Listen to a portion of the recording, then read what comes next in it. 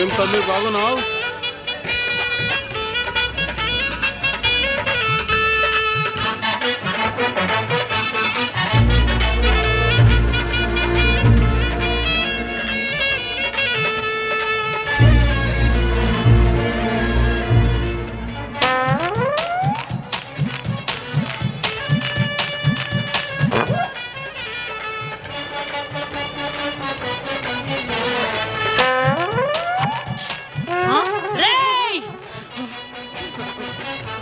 ఓ అన్నా, ఏమ్మా?